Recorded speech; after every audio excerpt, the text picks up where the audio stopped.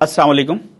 हाल ही में असदुद्दीन ओवैसी साहब ने राहुल गांधी जी से कहा कि अब आप आपके खानदान के नाम पे सियासत करना छोड़िए, अब आपको काम करना पड़ेगा।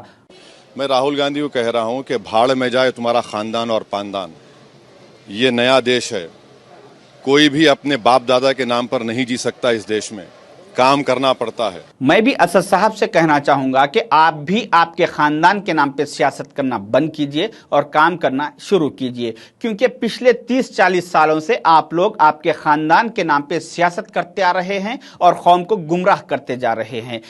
जैसा कि 12 जनवरी 2024 को असदुद्दीन ओवैसी साहब ने जहीराबाद के एक प्रोग्राम में, जिसमें 10th क्लास के स्टूडेंट्स और उनके पेरेंट्स मौजूद थे, उन स्टूडेंट्स को नसीहत करते हुए कहा कि मार्च के महीने में 10th क्लास के एग्जाम से आप लोग अपना वक्त खेल कूद में खराब मत कीजिए, पूरा वक्त पढ़ाई में दीजिए। और साथ ही साथ उनके पेरेंट्स से भी असद साहब ने अपील की कि आप लोग भी बच्चों के एग्जाम्स मुकम्मल होने तक सोशल मीडिया को बंद कीजिए। 18 मार्च तक टीवी बंद, फोन में फेसबुक बंद, यूट्यूब बंद और सिर्फ बच्चों के साथ रहना। एक बहुत अच्छी नसीहत असद साहब ने वहां के लोगों को की, और उसके बाद मैं समझता हूं कि 200 से 250 बुक्स वहां पे बच्चों में फ्री तकसीम करके वो वहां से हैदराबाद वापस आए। उसके दूसरे दिन यानी 11 जनवरी को उन्हीं के पार्टी के MIM के याकूतपुर के MLA जनाब जाफर हुसैन मेहरा साहब हैदराबाद ओल्ड सिटी के नौजवानों में 1 लाख पतंग फ्री डिस्ट्रीब्यूट किए। असदुद्दीन ओवैसी साहब की फोटो और हबीब मिल्लत जनाब अकबरुद्दीन ओवैसी साहब की फोटो के करीब 1 लाख पतंग बनाकर यहाँ के बच्चों में तकसीम करे हैं। अल्हम्दुलिल्लाह, चूंकि कल तिल संक्रांत है और मजलिस का सिंबल इलेक्शन में काइट रहता, पतंग रहता।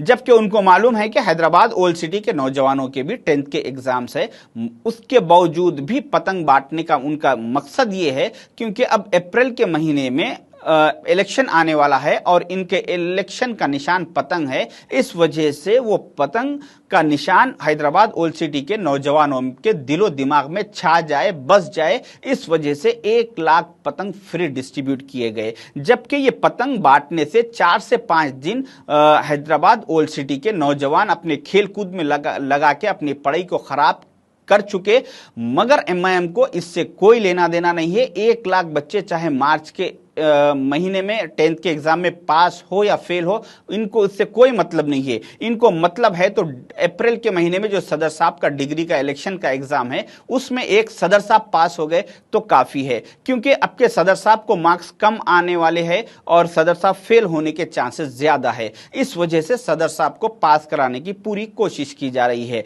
जबकि जिस तरह से ये लोग कौम से मोहब्बत जताने की कोशिश करते हैं, अगर इनको हकीकत में कौम से मोहब्बत होती तो ये लोग 1 लाख बुक्स डिस्ट्रीब्यूट करते और 200 पतंग बांटते। मगर इन्होंने क्या किया, 200 बुक्स डिस्ट्रीब्यूट किए और 1 लाख पतंग फ्री बांटा। तो ये इनकी हकीकत है। दूसरी अहम बात, 12 जनवरी 2024 को MIM के MLA कारवान के जनाब कौसर मोहिउद्दीन साहब हैदराबाद पुलिस कमिश्नर से मुलाकात करके कहते हैं कि कमिश्नर साहब, हैदराबाद ओल्ड सिटी में होटलों को रात के 12:30 बजे तक खुले रखने का परमिशन लीगली दीजिए। होटलों के ताल्लुक से बताया कि 12 से 12:30 बजे तक टाइम के ताल्लुक से उन्होंने कोई भी बात करने का दिया। मेरा कहना यह है कि अगर 12:30-1 बजे तक लीगल होटल ओल्ड सिटी में खुले रहेंगे तो होटल्स वाले बैकडोर से 2 से 3 बजे तक इजीली होटलों को चला लेते।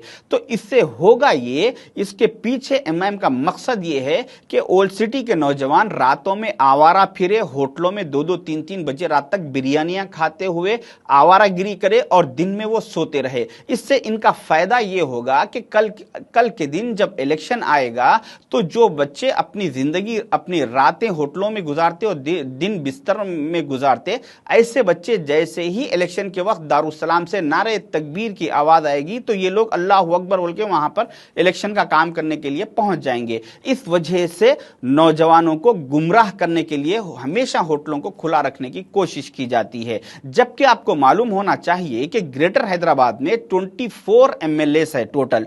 उन 24 MLAs में से अगर आप ये मजलिस के साथ 7 एमएलए को बाजुक रख दे तो दूसरे जो 17 एमएलए है दूसरे पार्टियों के, इन 17 एमएलए में से आप लोग कभी कोई एक एमएलए का पिछले 1 साल 2 साल 5 साल 10 साल में कोई एक ऐसा स्टेटमेंट, ऐसा वीडियो मुझे बताइए जिसमें कि वो एमएलए ने जाके कमिश्नर ऑफ पुलिस से अपील की कि मेरी कॉन्स्टिट्यूंसी में होटलों को रात में 1 बजे तक खुला रखने की इजाजत दीजिए। मैंने तो आज तक ऐसा कोई वीडियो नहीं देखा और मैं समझता हूं कि आप भी ऐसा कोई वीडियो बता ही नहीं सकते। तो ये 17 एमएलए जो काम कभी नहीं करते वो ये 7 एमएलए हमेशा क्यों करते?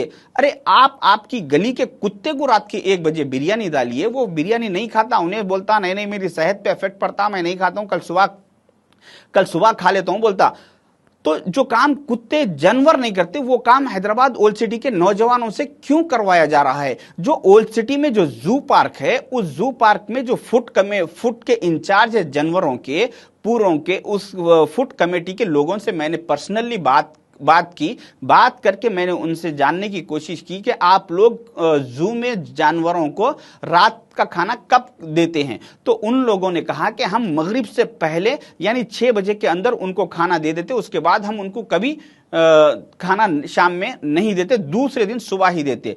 तो जो काम कुत्ते बिल्लियां गधे घोड़े चरिंद परिंद कोई जानवर कोई मखलूक नहीं करती, वो काम रातों में 2-2 3-3 बजे रात तक बिरयानियां खाना, आवारा फिरने का काम हैदराबाद ओल्ड सिटी के नौजवानों से करवाया जा रहा है। जबकि आप मेरे एक जानने वाले ने जो 17 एमएलए की ग्रेटर हैदराबाद की मैं जो बात कर रहा हूं उसमें से एक एमएलए साहब के पास मेरे जानने वाले ने जाकर कहा कि एमएलए साहब मैंने आपके इलेक्शन में इतना काम किया, मेरी पर्सनल होटल है, मेरी होटल पे पुलिस वाले आके तंग कर रहे हैं, बोल रहे हैं कि होटल बंद कर दो जल्दी, तो आप जरा एसीपी साहब को फोन करके बोल दीजिए कि मेरी होटल को खुले रखने के लिए।